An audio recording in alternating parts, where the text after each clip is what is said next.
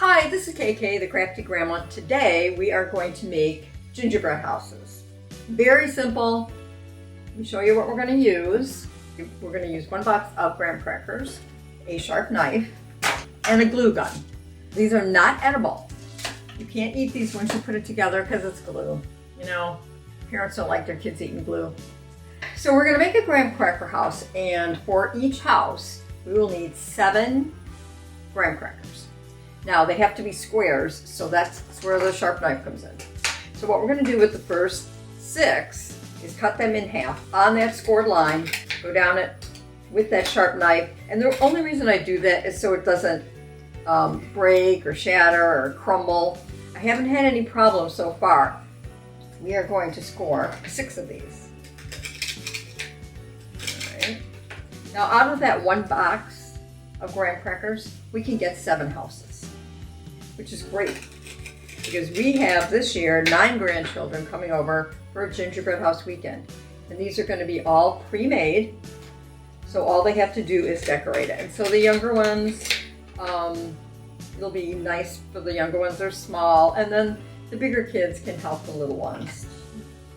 4, 6, and then the 7th cracker, we do cut in half, but then we cut them on a diagonal, and that's going to be for the roof.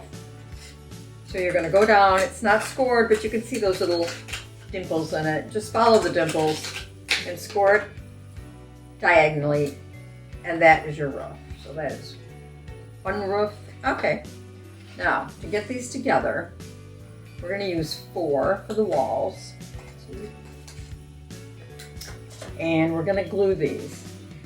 I've tried to use royal frosting. I am not good at that. The last time I used the royal frosting, it just all fell apart and I couldn't get it the right consistency. So I found that the glue was much better.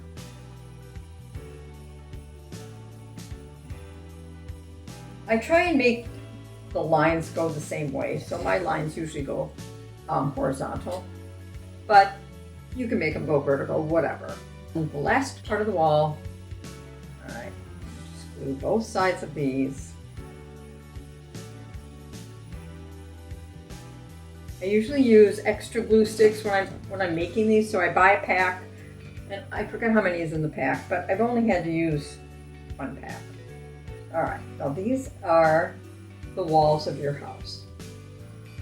We're gonna let that dry. Now these are where the diagonals come in. These are for the roof. So we're going to glue the diagonal, the triangles, onto a whole cracker. Hold it for a second, it'll dry. It doesn't take too long to dry. We've been doing the gingerbread houses with the grandkids for at least 6 years. I used to buy whole houses, and this way they can do more than one, like I said. And when I usually put these out for them to do, I'll put them on a foil covered paper plate, and then they can decorate the yard. And for the yard, I will usually put in one of those sugar cones, and they can decorate it like a tree. That is the roof. Now we're going to get the roof on the house. Now when I glue on the roof, I usually will put the glue on the actual house. Make sure it fits kind of, and then let's... And don't worry if some of this glue drips down the side, because A, it's going to be covered. You can get some of it off, but it's going to be covered by what they're decorating with, so you don't have to be too perfect with that part. You pop that on. And then I usually will give it an extra line of glue around here just to make sure. Perfect. And then you let it dry. And then you have a house like this. I love doing this. This is a fun weekend with the grandkids. It's usually the night that the neighborhood has the fire engines come through with Santa on it. So we make it a big deal. So you have fun with your grandkids making these houses. Have a good one. It's KK, the Crafty Grandma. Bye-bye.